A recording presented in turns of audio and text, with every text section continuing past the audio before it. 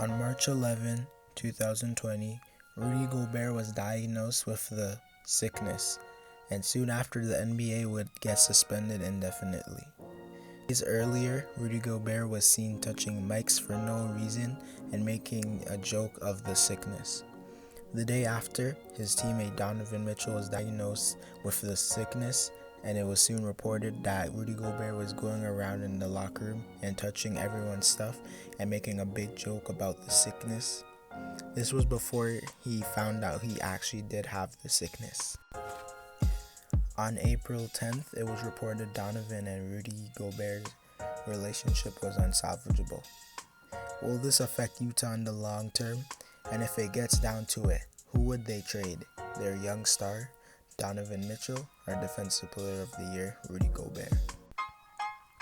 What's up, guys? It's your boy Young J here with another video. The reason I've been saying sickness is because I can't talk about the virus. Today we will talk about the problem that the Utah Jazz are currently facing. Don't forget to like, comment, and subscribe for more quality content. And into the video. This season, the Utah Jazz have been good, having a 41-23 record and the 4th seed in the tough Western Conference. No one would have thought that this sickness would negatively impact them, but now that we are now aware of the bad relationship between their two stars, Rudy Gobert and Donovan Mitchell, we should start talking about some trade packages for both of them. The Atlanta Hawks can potentially trade for Donovan Mitchell because they lack a good shooting guard. Their best shooting guard is Kevin Huerter, who is a defensive liability and has made marginal improvements in scoring, which is what he was projected to be good at. Going from 9.7 points per game last year to 12.2 points per game this year. I'm not saying he's a bad player or anything, he simply doesn't look like he will be a star, and a star is what Trae Young needs along to be in his backcourt. Atlanta also needs to start winning so they don't have a Devin Booker or Anthony Davis situation with Trae Young, where he just loses every year. They have plenty of young players and draft picks that they can trade for Mitchell. The package I came up with is Cam Reddish, Kevin Huerter, and their 2021 first-round draft pick, top 5 protected, and their 2022 draft pick, first-round, top 5 protected, for Donovan Mitchell and Ed Davis.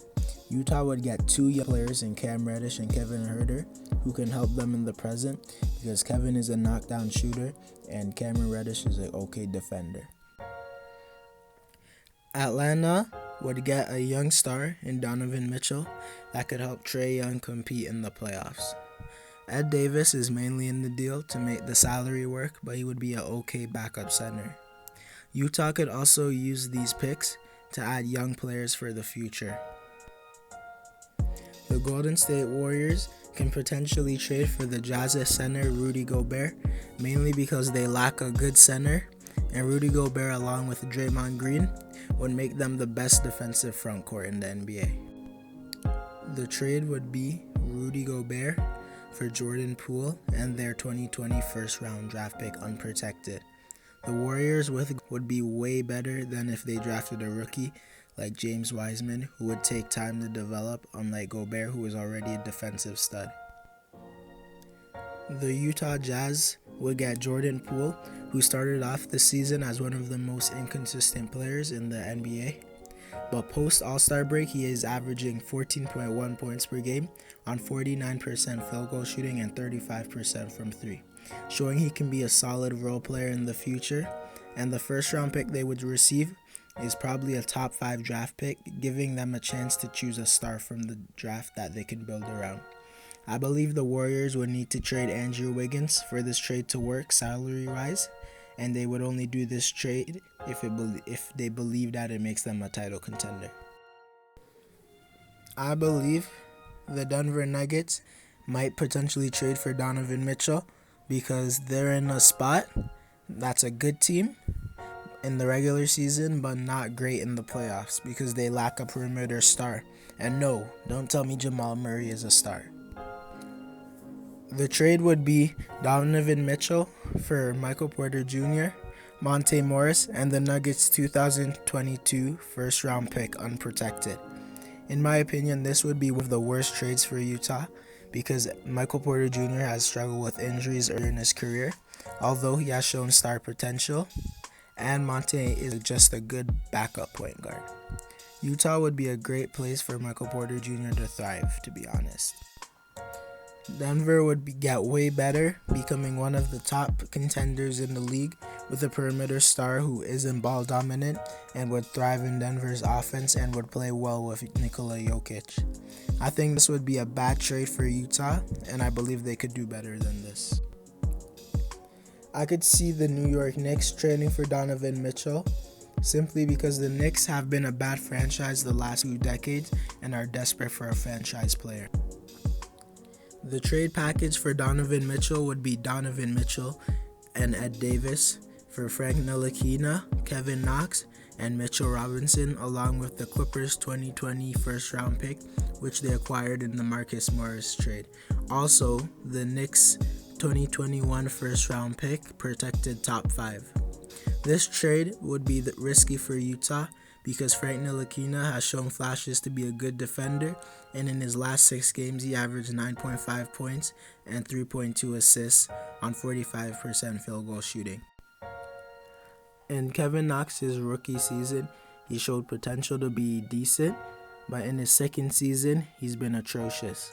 The key asset Utah would acquire is Mitchell Robinson, who has shown potential to be a DeAndre Jordan type player. He needs to cut down on his fouls, but he is one of the best shot blockers in the NBA Association. I don't think Utah should do this trade, especially since the first round draft picks are not going to be worth as much as it may sound because the pick is protected and the Clippers will be good the next few years. The Knicks would get their star in Donovan Mitchell, who would make the fans excited. But if this trade happens, unless the Knicks get good out of nowhere, Mitchell would probably request the trade, and that trade would be bad for both sides, in my opinion. As you can tell from how bad these trades are, the Utah Jazz should try their best to repair Mitchell and Gobert's relationship because it would ruin their good team in Utah. I don't think any of these trades will happen, but if they had to trade one of these players, they should trade Gobert because he's older and Mitchell is simply better. And the center position is also not as valuable as guard or wing players in today's NBA. Anyways guys, that's it for the video.